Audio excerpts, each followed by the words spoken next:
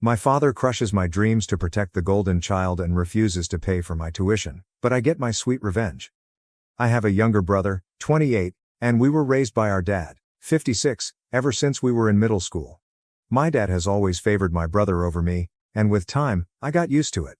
I was never the kind of son that my dad wanted because, unlike him, I had no interest in sports or doing the typical macho stuff that boys do. I was always more into more typically feminine things, which is why I was a huge mama's boy growing up.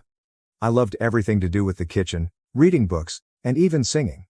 My dad tried to make me play football with him, but I was no good at it, so gradually we grew apart. My brother, on the other hand, was exactly the kind of son that my father wanted. He was a rough and tough boy, not afraid of getting dirty while playing or even getting hurt. He was the perfect son for my dad, and it was very obvious that he loved my brother way more than he loved me. He'd always have great things to say about my brother but never me. My mother, however, never played favorites. She was fair to both of us, and that's why I loved her more as well. I did put in an effort to befriend my dad and spend time with him, but once we'd grown apart, he didn't seem too keen on fixing our relationship either. Unfortunately, the glue holding our messed up family together, my mother, passed away when I was in 8th grade. She'd been suffering from cancer, and by the time we realized it, it was too late for her to be saved. She was gone before we knew it. My mother's passing pretty much devastated me, and I kind of spiraled during that time. My only solace was the kitchen, and I'd whip up something new every day as if my life depended on it. My mother was a great cook, and she'd tell me often that had she not been forced into taking over her dad's business, she probably would have become a chef. So cooking was the only thing that brought me any comfort, since my dad and brother were no help in dealing with my feelings. They suppressed any emotional reaction they'd had to my mother's passing, and if anything, grew even more distant from me when, in normal families, something like this would have brought us closer. My fixation on cooking pissed my dad off even more, and he'd keep bugging me to get out of the damn kitchen and do something more manly. One day, when he'd had enough, he even told me that if he saw me in the kitchen again, he'd make me do all the other household chores as well. He told me to be more like my brother and man up, which ended in a huge fight where I told him he never loved me, and he agreed to it. It was finally out in the open, and I guess it was pretty much the last day that my father and I spoke to each other so openly, because after that, I stopped trying to win him over altogether, and he didn't seem to care about it either. For the next few years, I spent all the time I had in my room, listening to music and studying new recipes. I was determined to make this whole chef thing work out, not just for myself, but also for my mother. Meanwhile, my dad and I only spoke when it was absolutely necessary. My brother didn't care about me much either and ignored me, just like our dad did. So after my mom passed away, I basically had nobody I could count on. Finally, when it was time for me to apply to colleges, I decided to apply to a few of the top culinary schools as well as normal colleges, so that I'd at least have a shot. I didn't know if my dad would agree to it, but I had to try. At the very least, I'd already interned at a restaurant secretly that summer and had some experience. I had even managed to make them write a recommendation letter for me, which helped greatly. I ended up getting accepted into several of the schools I had applied to, including one of the best, which just so happened to be in France. I was thrilled that this was finally happening for me, but I was equally nervous since this would mean having to ask my dad for permission. I'd already made up my mind to beg him to let me go if he seemed reluctant, because I just absolutely had to make this happen for myself. I wasn't prepared to give up on my dreams under any circumstances. So I did tell my father about it eventually, and while I was ready for him to reject my request, saying that it wasn't a masculine profession, I was absolutely not prepared for him to decline paying my tuition at all. I still remember being really confused when he told me that he wouldn't be paying for my education at all, since it wasn't as if my dad was poor in the slightest. As a matter of fact, he was pretty well off and could easily afford to send me to France, but money wasn't the reason he wasn't ready to pay for my tuition. It was the fact that if I went to France and joined such a reputable school, it would make my younger brother feel insecure. He was struggling with his grades and couldn't bring himself to focus, so my dad wanted me to either go to community college or find a way to pay for my own tuition. I was astonished that he would do something so cruel to his own son and didn't know what to say to him. I tried to tell him that I needed this, but he was hell-bent and absolutely unwilling to pay for my tuition. He even told me that my brother's well-being was his topmost priority and that he didn't want me competing with his son. I could hardly even believe that this was happening because I couldn't imagine any other father in the world crushing their child's dreams like this just for their favorite. After a lot of pleading and sobbing, when he still refused to budge, I ended up getting into a huge fight with him where I said a lot of things to him and then left his house for good. I started living with my maternal aunt, my mother's older sister instead. The only reason I hadn't moved out earlier was because I found comfort in the house where I'd grown up with my mom, and also because I didn't want to change schools, which I'd have to do if I moved in with my aunt, since she lived pretty far away from the high school I went to. I told her all about my dad and how he'd outright refused to pay my tuition, and that I needed her help. It felt like crap asking her for a ton of money since she wasn't as rich as my dad, but she reassured me that she'd take care of all my expenses. Somehow, she managed to get all her friends to pitch in and sent me to the culinary school of my dreams, and I'm always going to be grateful for that. Once I got there, I worked part-time as well and tried to make the most of my time there to make all the money that was being spent on me worth it. I worked really, really hard and made my way up. When I graduated, I was one of the most skilled chefs there and even got a job just a few months after I graduated. I started working at a really high-end French restaurant, and I sent half of my salary back to my aunt to repay whatever debt I had. Slowly but steadily, I was just lucky that I didn't have to rely on a student loan, or maybe I'd never be able to pay any of it off. Anyway, I worked in France for a few years before finally moving back home, once I'd saved up enough to open up my own restaurant. It's been a couple of years, and in the meantime, I worked at another restaurant here as the head chef while also working towards my goal of opening up my own restaurant someday. It was all finalized a few weeks ago, and I was able to finally open up the restaurant I'd been working towards for so long.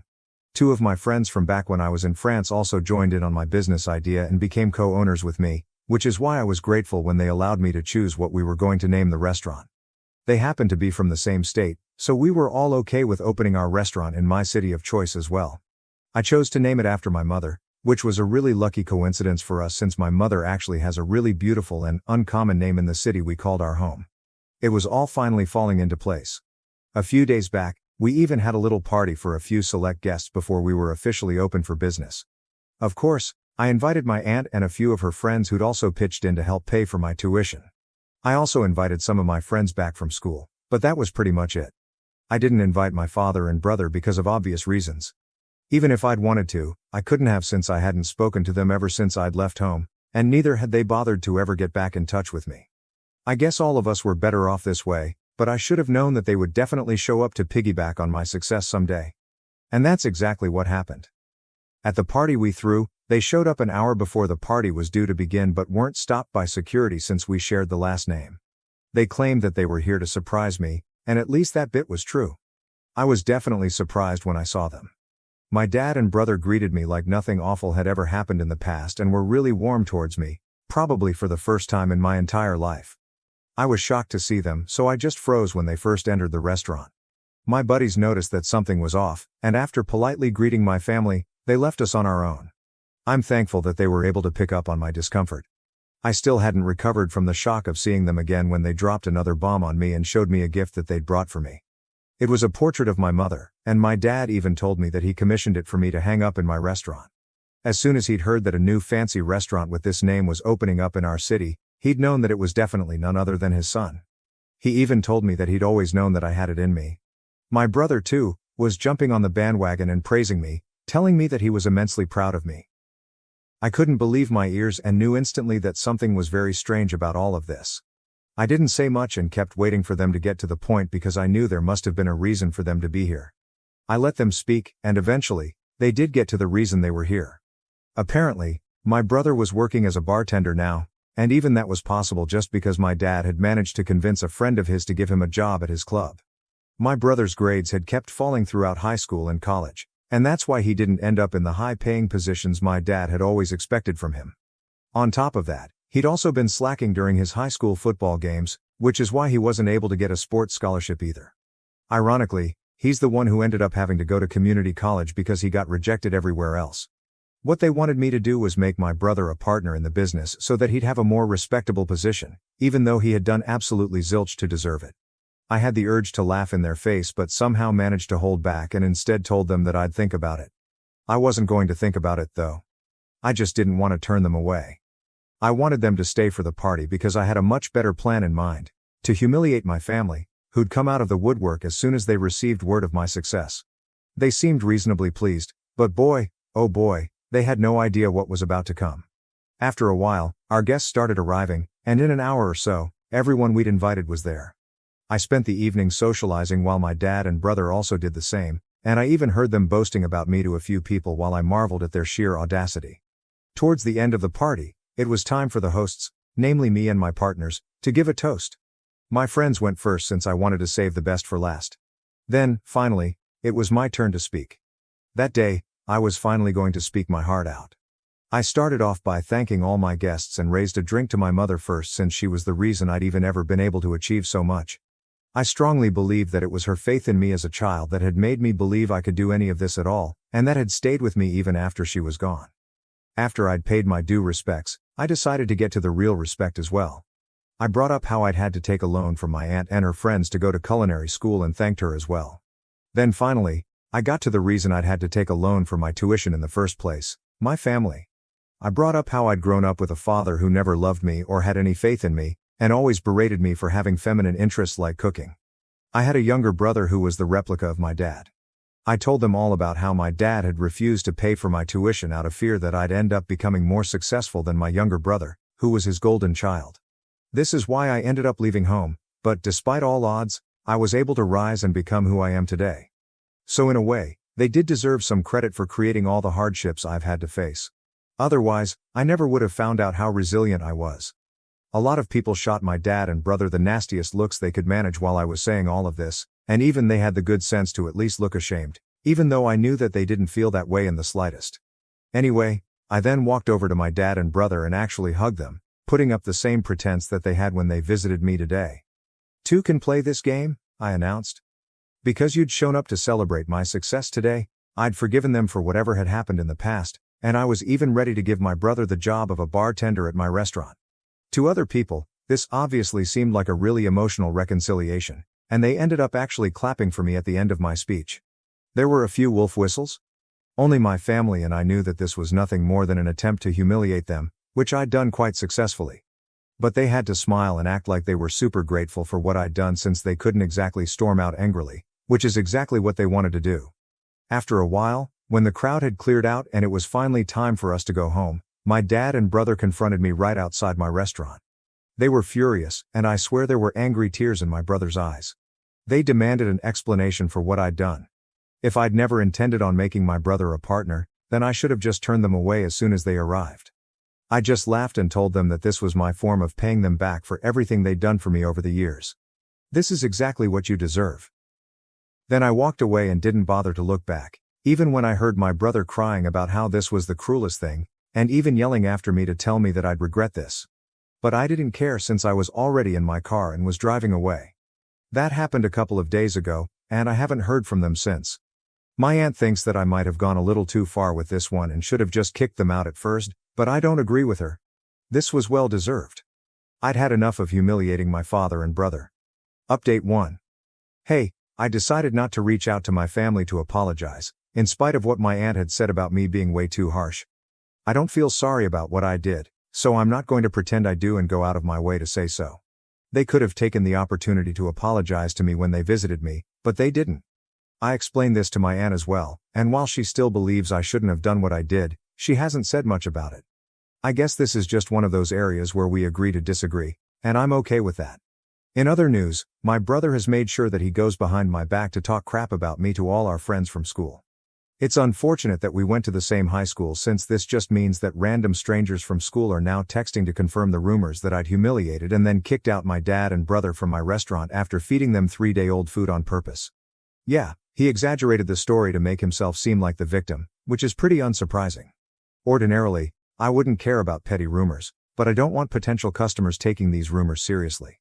So, I've texted my brother that if he doesn't stop spreading lies about me and my restaurant, then I'll make sure that he loses the job he has right now too.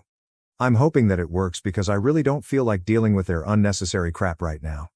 I'm really busy with work, and this just isn't the time. Update 2. LOL, my brother texted back saying that he was going to stop only when I'd make him a partner. I don't even understand what level of idiocy and delusion this is. Besides, if he wants to be a partner, then isn't it a pretty stupid idea for him to be talking crap about the same restaurant?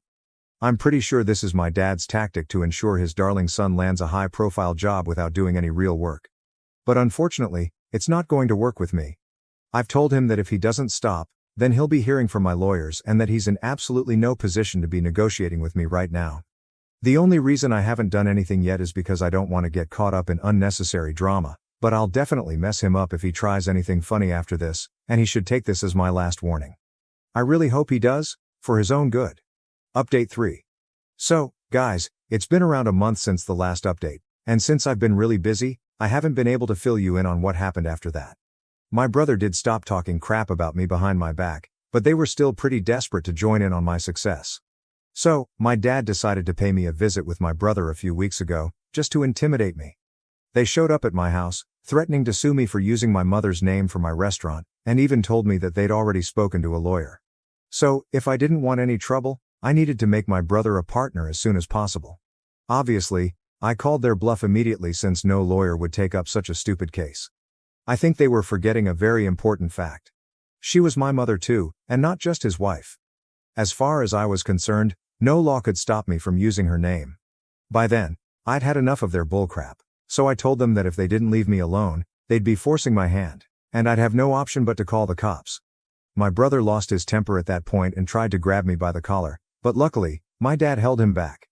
I think it was the constant humiliation that had finally gotten to him and he'd snapped. Well, it wasn't my fault, and they were lucky that I didn't call the cops right then.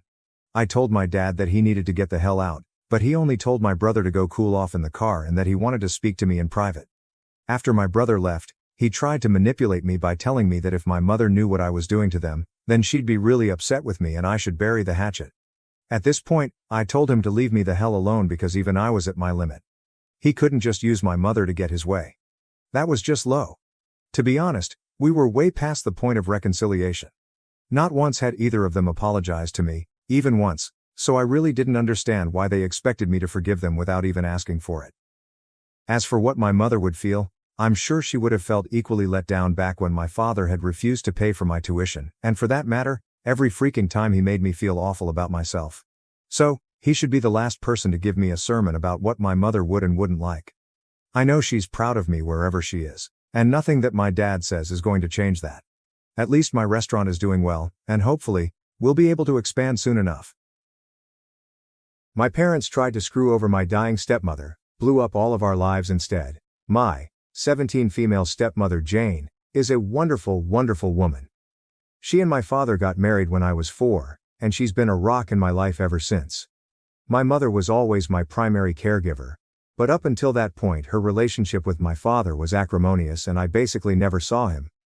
Jane was the reason they developed a stable co-parenting relationship. She encouraged everyone to have a good relationship with each other and was always there to support me and my mom when things got rough. Jane was always a really hard worker. When she met my dad, he was living out of a hotel and my mother was doing everything in her power to keep me away from him because she was petty and angry that their relationship didn't work out. Meanwhile, Jane had a great job, a nice house, helped my dad get back on his feet, negotiated a visitation schedule with my mom, who hated her for a long time, and made sure my dad sent us money every week because neither one of them could afford an attorney to negotiate child support payments. Jane had no reason to do any of these things, but as I got older she made it clear that she loved me as much as she loved my half-brothers who were born a few years later. I even have my own room in her house because at the time we lived with my grandparents. Various boyfriends of my mom and Jane felt that I needed a more stable environment than that. She's like the opposite of the evil stepmom. When I was 15, Jane won a big lawsuit against an airline company and got awarded upwards of $1 million. She used the money to build sizable trust funds for me and my brothers so that we would be taken care of later in life. Despite having a lot more money, she still wanted to live a fairly modest life, so she paid off the house she has and has been living there ever since with my dad. Sure, she bought a new car and they went on a few nice vacations, but she didn't blow all her money on stupid things, which I respected. About a year ago, things started getting really weird. Whenever I saw Jane, she seemed to look sicker and sicker, but no one would tell me or my brothers why, even though I knew they knew. All we knew is that she was at the hospital a lot. Around the same time, my mom has been coming around my dad a lot more and acting really strange. Basically like she was trying to romance him. Whenever Jane was in the hospital, my mother would insist on spending the night at their house and playing mom to my brothers, which was so weird to me because she never liked them or Jane. She'd be the perfect little housewife and my mom is not like that at all. It was super fake. Worst of all, my dad started falling for it. I'm not stupid. I'm pretty sure they were sleeping together. I tried to shield my brothers from it, but they're not dumb either. I tried talking to my dad too, but he insisted it wasn't like that. Then a few weeks ago, my mom started talking about all the places she'd like to visit, how she wanted a new car and was looking to invest. Which is weird because my mom has been a bartender her whole life and has lived paycheck to paycheck since before I was born. She was acting like she was about to get a lot of money, which started to make me really suspicious. Between Jane being sick and my mom acting all nouveau riche, I had a lot of questions. Finally, I decided to visit Jane in the hospital and ask her about my trust fund. I found out that if anything happened to her, that my dad would inherit all the money, including full control of the trusts for me and my brothers. She asked me why I was so interested in the trust fund, so I told her what's going on with my parents, and how my mom has been acting with my dad. I didn't want to, but after everything she did for me, she deserved the truth. It really hurt me to break her heart like that, especially once I found out that she was basically in hospice at this point, because of irreversible kidney failure. She's only got a few more months. We both cried so much. Then, 2 days ago, everything came to a head. My mom stormed in furious and started arguing with my dad. Apparently Jane met with her lawyer and changed the trust so that my dad would get nothing and all of the trusts would be controlled by my step-aunt. She demanded to know how Jane found out about their relationship, and I came out and told them that I told Jane everything. I told them that if they wanted to play stupid games they would win stupid prizes and that I wasn't going to let them screw Jane over after all the help she gave my family when she didn't have to. My mom slapped me and my dad just looked so defeated. Then my mom told my dad that she didn't really love him, that she was just pretending to so he would marry her and she could get all of the money. The worst part about it is that my brothers witnessed the whole thing and now on top of their mom dying they have to deal with a cheating dad and his vindictive ex. Our whole family is in ruins and I feel like it's my fault even though I know it's not. Yesterday I visited Jane again and told her about the fallout. She apologized and said that she had to dissolve my trust fund to make sure my mother didn't get a hold of the money, but that as her oldest, I will inherit the house property after she is gone and that's worth more than the other 2 trust funds combined. My father won't get anything because she's going to divorce him before she dies, and honestly, I'm happy for her. She made me promise to take care of my brothers and told me that once I turn 18 this summer I can kick my dad out of the house if I want to. And I fully plan to do that, BTW. I haven't talked to my dad since and I can't even look at my mom. I can't believe they would conspire to do this to Jane after all this time. Just proof that they deserve each other, and I'm embarrassed that they're my parents. Once I turn 18 I'm going to cut my dad out as much as I can and cut my mom out completely. I hope she rots. Meanwhile I'm going to try and be at the hospital as much as I can until Jane passes away. Anyways, I just needed to vent. I'm really messed up about the whole thing and I feel super betrayed, although I can't even begin to imagine how Jane feels. I'm gonna be so effed up when she dies. I can't even think about that right now. But at least she's not surrounded by people who just want to bring her down. Thanks for reading. Edit. Some people are asking a lot of the same stuff so I'll just clarify here. My brothers. My plan is to use some of the estate money to fight for guardianship for my twin brothers so that they can live in the house while I kick my dad out. If I can't get guardianship then I will have to let my dad stay in the house. However, once I turn 18 I will technically be an adult, so even if my dad leaves I'm still legally able to be responsible for them. The only thing I won't be able to do is stop him from taking them if he leaves. But they will be 18 in 6 years, so even if they do have to leave they will always be able to come back whenever they want. In a perfect world my dad would just leave and let my brothers stay with me, which I'm sure my bio mom would be very supportive of because right now she hates all of us and I doubt that will change anytime soon. The trust, from what I understand, my brothers will inherit 1/3 each of the estate, and the remaining 1/3 will be used to keep the house running until they turn 18. After that it will be up to me if I want to keep the house or sell it.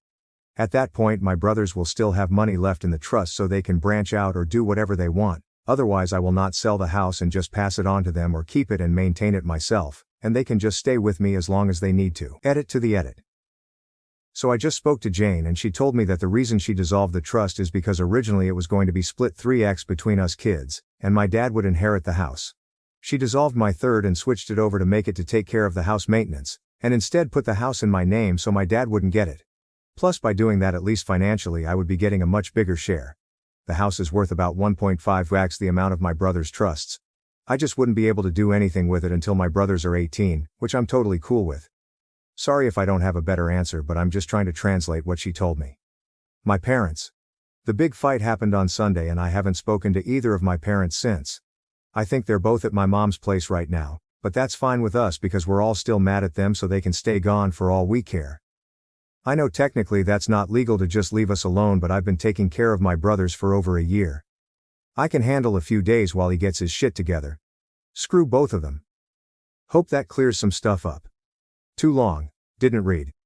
My bio parents tried to screw my terminally ill stepmother out of trust fund money, but she caught on, and now no one on my side of the family gets anything. Additional information from OP on her parents, stepmom's health, trust funds. OP answer. Why isn't Jane on dialysis? I don't remember the exact details, but Jane has a genetic condition where she gets cysts on her kidney. She already had a transplant a few years ago, but now she developed problems with her arteries or something in her legs, so she doesn't qualify for dialysis. She could get another transplant, but she doesn't want to because the last time was so traumatic. Rejections, etc. So she decided to just let herself go onto maintenance medications to prolong her death until she gets her affairs in order. She has a few other health problems that make the typical treatments really dangerous, and according to her, she'd rather die surrounded by loved ones than on an operating table. Dissolving the trust fund. Jane told me she didn't technically have to do it, but she didn't trust my bio parents not to do something shady and get a hold of the money before I turn 18. Even if my aunt controlled the fund, my dad would still be able to collect if something happened to Jane before I turned 18. Her lawyer suggested it's better safe than sorry, and I agreed that it was the best option. I'm not an expert though, I don't know the details. How my mom knew. Like I said before, I'm pretty sure Jane told my dad, who then told my mom, and that's how the argument started. I can't think of any other way, and I didn't really care enough to ask. Jane's thoughts on my mom. She didn't know my mom was doing all of that. My mom has her own place and would only come over whenever Jane was in the hospital for a few days at a time. I've been living with my dad for a little over a year, so he probably told Jane that my mom was there to spend time with me, if he told her at all. Besides, she didn't move in until a few months ago, which I guess is when they started hatching their plan. Jane never outright banned my mom from visiting, so there really wasn't anything she could do. Hope that helps. Edit for the last part. The remainder of the money belonging to the estate that hasn't been put into trust for my brothers is going to be used to maintain the house, utilities, taxes, etc., until my brothers are 18, and then I can either choose to sell the house or keep it and maintain it myself if I'm able to. I plan to go to school in that time and get a better job with the goal of keeping the house, but if I can't, then I have the option to sell it. Not that I will, but that's how it was explained to me. OP on her stepmom and their relationship provides thoughts on her bio mom. OP answer. Honestly, it's because she's more of a real mom than my actual mom. My bio mom is kind of ambiguous about my existence, but Jane was always extra involved, sending me to sports teams and paying for dance classes and just showing interest in my hobbies as I got older. Plus, as the only girl, I think we bonded on a level she can't with my brothers, so she always made sure to let me know I was on equal terms with them. When I was younger, we would watch movies and have girl time where it was just us one, and those are some of my best memories with her. Jane is also really mature, and someone I want to be like when I get older, whereas it feels like my mom is a teenager in an adult's body. She was constantly picking fights with my dad about dumb things, and Jane was always there to smooth things over and keep my best interest at heart over her own feelings. I know my mom made Jane's life really difficult for a long time, but Jane never complained or said anything to me about it, whereas my mom constantly complained about Jane. As I got older, I just always felt more at peace when I was around Jane than when I was around my mom. If you want your stepkids to love you, just be there for them and treat them like your own. Ignore whatever drama you have with your husband's ex and just love your kids. Trust me, if you really care about them, they will know. Relevant comments. Commenter. My only advice is make sure you work with a lawyer once she passes so you get your inheritance and your parents can't try to intervene, and then you keep your promise to use that money for you and your brother's welfare. OP answer. Oh, absolutely. Jane already gave me the lawyer's info, and between him and my step-aunt, I'm sure I will be able to do what I need to do for them. I don't even care about the money. Most people don't have trust funds and turn out just fine. I'm actually more glad that she gave me the house, because you can be damn sure it's going to be a safe space for my brothers whether I end up getting custody of them or not. My brothers are basically Jane's legacy, so my goal is to give them the life and guidance that I got from her, and that they won't get because she'll be gone. OP on the relationship between her father and her stepmom before they got exposed. OP answer. Honestly, it hurts a lot because before Jane got sick, they seemed to have the perfect relationship. Until my birth giver, I like that, came in and fucked everything up with her toxic personality. Honestly, in a perfect world, my mom will end up broke and alone and in a shitty nursing home with bed sores. And when she calls me and begs me for a relationship, because she needs the attention, it'll feel so good to hang up on her over and over again. OP on Jane, stepmom's health, and if Jane is mentally okay on the whole situation. OP answer. I think so. Apparently it's a genetic disease, so she always knew she was going to get sick, she just didn't know when. So mentally I think she was prepared for it. I just hope that she can find peace knowing the truth and knowing that I'll be there to make sure her sons don't grow up all fucked up. OP on her brothers getting therapy to deal with their stepmom's health and her imminent death. OP answer, yeah. I've already sat them down and talked to them about what's going on. They seem to understand, but they're understandably really sad about the whole thing. I told them that when they go to school they should ask about a grief counselor, and I'm trying to get their health insurance info from Jane so I can find them a therapist for kids. As much as all of this sucks, I think it's brought the three of us a lot closer together. Thanks a lot. I really love my brothers and I know it's my job to take care of them properly now that they won't have a mom around. Jane did so much to raise me and my brothers won't have the opportunity, so it's only right that I help them. Since finding all of this out, my plan has always been to have my brothers live with me. I'm already in charge of taking care of them and the house for the most part. The only thing my dad does is help pay the bills. Unfortunately, I won't be able to kick my dad out as long as he's their legal guardian, which is why I'm trying to find some other solution to that. But if when that gets resolved, he can live under a bridge for all I care. Update. Please check my profile for my previous post. Hi guys, it's me again.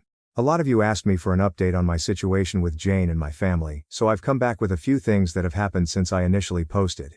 I will try to organize this in a way that addresses the major points of last time.